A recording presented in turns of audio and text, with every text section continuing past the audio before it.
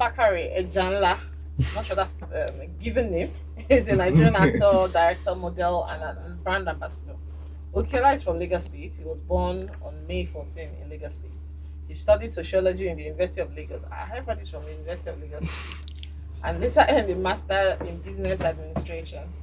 Bakare gained widespread recognition for his remarkable performance on movies like Oniti Me, Fun Ghost Walkers, My Wife and I, where he shared screen with renowned actors and actresses. Kiki Bakare is also involved in modeling and served as a brand ambassador for a number of brands.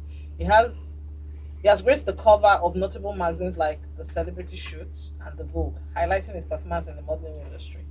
As a multifaceted artist, Bakare has demonstrated his versatility in various film projects, including Ibo Ijaya, Celeb Wife, Akatamiji, I'm not sure. Furthermore, Kiki utilizes his platform to influence and promote various brands, reflecting his multifaceted engagement in the entertainment and fashion sector. I'm sorry for that murdering of the many film names. Welcome to the show, Mr. Thank you. Thank you for having me. So, Kiki, Zap. I'll take the first shot. And the first shot is this. Sometime 2 years ago, you were everywhere, and then sometime it just looked like you took a break and you were shuttling between Nigeria and the UK. Why did you decide to do that? Well, it's life. Life happened. Well, I've got my family in the UK, so I need to travel between UK and Nigeria for the meantime. You know, I have an aunt and son. So yeah, so I need to spend time with my son and my wife. So, you know, there's some things that are more than your career sometimes that you need to, you know, just try and create time for family. But I'm around now. This is Nigeria now. But I don't do this interview in the UK. How have you been able to remain relevant? Because despite the fact that if I didn't mention it, probably most people here will not know about that. It's just that because I am in the industry and I know. How have you been able to? A lot of people don't are not able to create that balance. How have you been able to create the balance? Takes the grace of God. Well, I try to just balance it. I try to be available, you know, for my career at the same time for my family. It's not easy. It's expensive getting flight tickets here and there, but you know now you do the same thing, so don't you? Right. So, Okay, so which came first for you, modeling or acting? was modeling. Yeah. Were you using it as a crush road into acting, or was modeling just the goal for you at the time? So while I was in school, you know, people be saying, you're fine, you can do this thing, you can model, you can shake in control. Then I registered for one modeling agency. So then, you know, when you're in school, you have time. You can, you know, do school and modeling. It's not like you're doing modeling every other day. So when you get caught up for jobs, you go do your job, then come back to school. So it was easy at the time. So how did you find that? Acting found me. Yeah, acting found me. It was never part of the plan for me to start acting. You know, I've said in so many interviews in the past. You know, they just come to my house to use my house for films, and then anytime they come, I'm always hiding. I didn't like it. I didn't even like to even see them do their acting thing. So yeah, so from there, you know, there's this person that because he needs to be using my house, he used to be friends with me. So being friends with me, he started telling me things about acting. Oh yeah, you can act, you can do this, you can do that. I don't know how to act. Though. I've never tried it. But you know, he kept encouraging me that I could do it.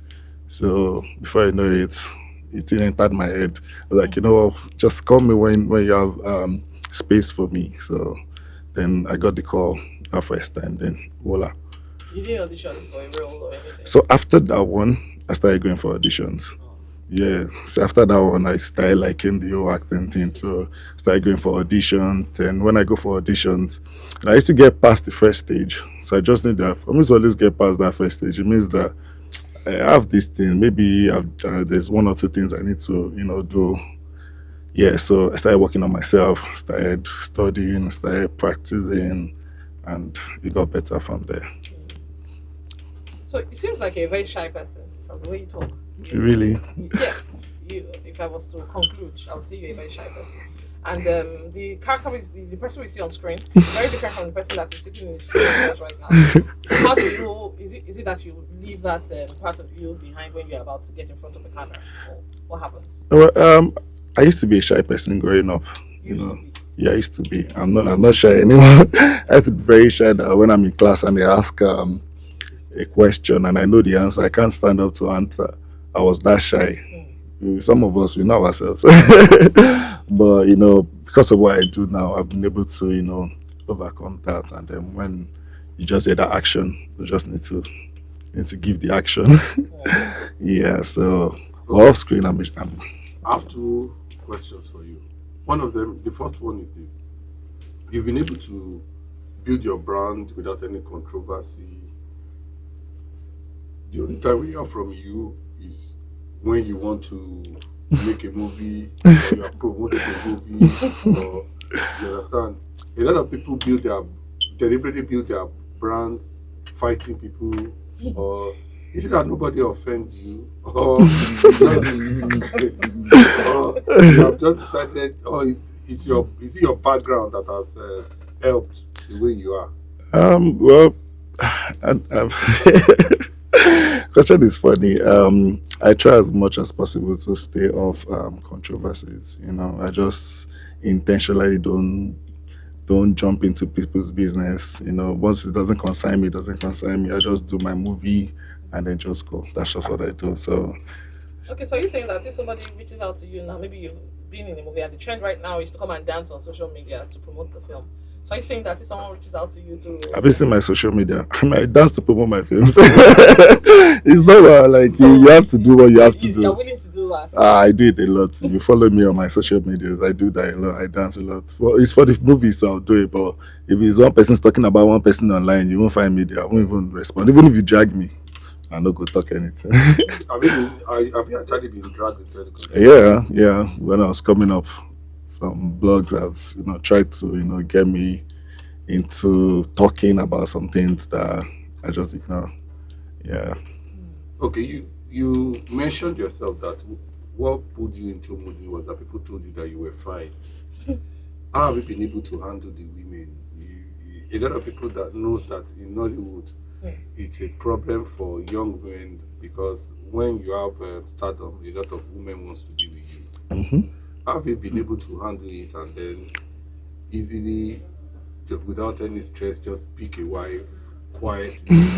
Is that why your family is out of this space, or is there a different reason for that? So which one should I answer first? Please, and then you know please, just let me Right. So for me, I'm a family-oriented person. So I love family a lot. I grew up with my family, so I just know that family is important. So instead of being there, once you find out that right person, just lock the person down. I know that we did together for this journey. So that's it. So for the female fans, it's normal to have female fans. Even people they don't even wish yourself get female fans. So it's normal. I try as much as possible to keep it professional. You know, play when you can, when it's passing that boundary. Like I'm married. Yeah, so that's it. How does Madame handle it? Madam is she's a very very supportive person. So when we Remember, I start, met her yeah. at your premiere in UK. Yeah, you did. She's very supportive. She's always there. She's always there trying to support, trying to encourage me, and all of that. Yeah. So when we started the thing, we took it off social media. For certain reason. Then later we decided to like come out and let the public know. But then people, our industry people DM her and say a lot of things, and like she just saying to me like, "See what this person is saying," but well, it's part of the job. So yeah, that's it. So you didn't answer the part about that why your family is not here. No, no, it just happened that she's not based here, so it's not like I planned it. It just happened that way. Yeah. Okay. What kind of roles are you looking forward to playing now? Because a lot of times I have seen you in fine boy roles where lover boy, sorry, not fine boy, lover boy roles, and we see a lot of that. But a lot of actors now are saying that they want to be challenged, they want to see new things, they want to try new things. What kind of roles are you looking for? I played so many roles aside Loverboy role. My previous movie, Ibro Jara, was a ghetto film, and I killed that as well. So maybe playing Babalawo in films. the incantations and all of that. Maybe that one, I you know. speak Yoruba that well. If you have to, you will learn, you know. Yes. I think I've played so many roles aside lover boy roles. Yeah. As we are rolling down, I'd like to ask you, when you were coming into the industry deeply, did you experience? I know that a lot of people usually have this experience of having to deal with cabals. What I mean by cabals is this Focus. caucus. You understand? Do you belong to any caucus? So coming into the industry, I don't even know my boss, Oike Afolayan. You know, he Okay, has his own. Yeah, he has his own. I don't know if you guys call it caucus, but he has his own group. You know, so that's where I joined the group. I collected form. I even did graduation and all of that. So I started off, you know, from Omoshe to to Ogashe. You know, so yeah. So I don't know if you call it caucus, or but that's like home for me. Not with Okay. them. How Yeah. did you at any point have a story to tell about? You might not even mention name. How you had to deal with situations in struggling to get up in the industry. Well, for me, I would say that I'm blessed. You know, people say that they faced so many challenges and all of that. I'll just say that me, I'm blessed. My own story is different, and because of the kind of boss that I have, someone that will tell you to do your thing when they call you for jobs outside, go. There's more happy when you're not even available for them in the house. So for me, I feel like my career picked up way early. So yeah, so I'll just say I'm blessed. I didn't really face others things. Let's be honest. Okay. Looking to the front now. What are the kind of projects that you wish to be in? Because like I was watching a senior colleague's interview, and he said that he went to bed one day and he was watching a movie, or a movie that had been in the cinema on the streaming platform. He said, "Ah, God, when would they start calling me for this kind of movie?" And he slept.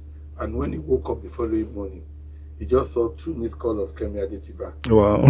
And he called, he didn't have the number, he called back and I said, "I've been looking for you." Wow. I saw so. He said, "Is this how prayer get answered?"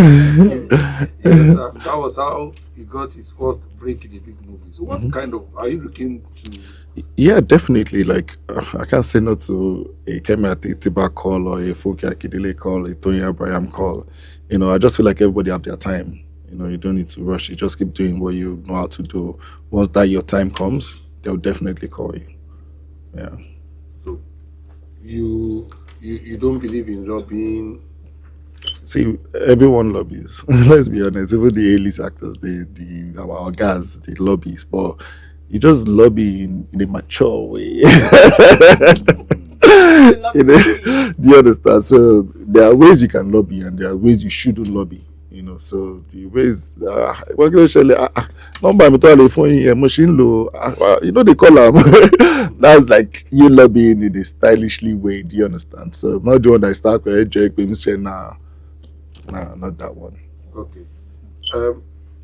My own last question. I don't know if Tommy has another question. My own last question.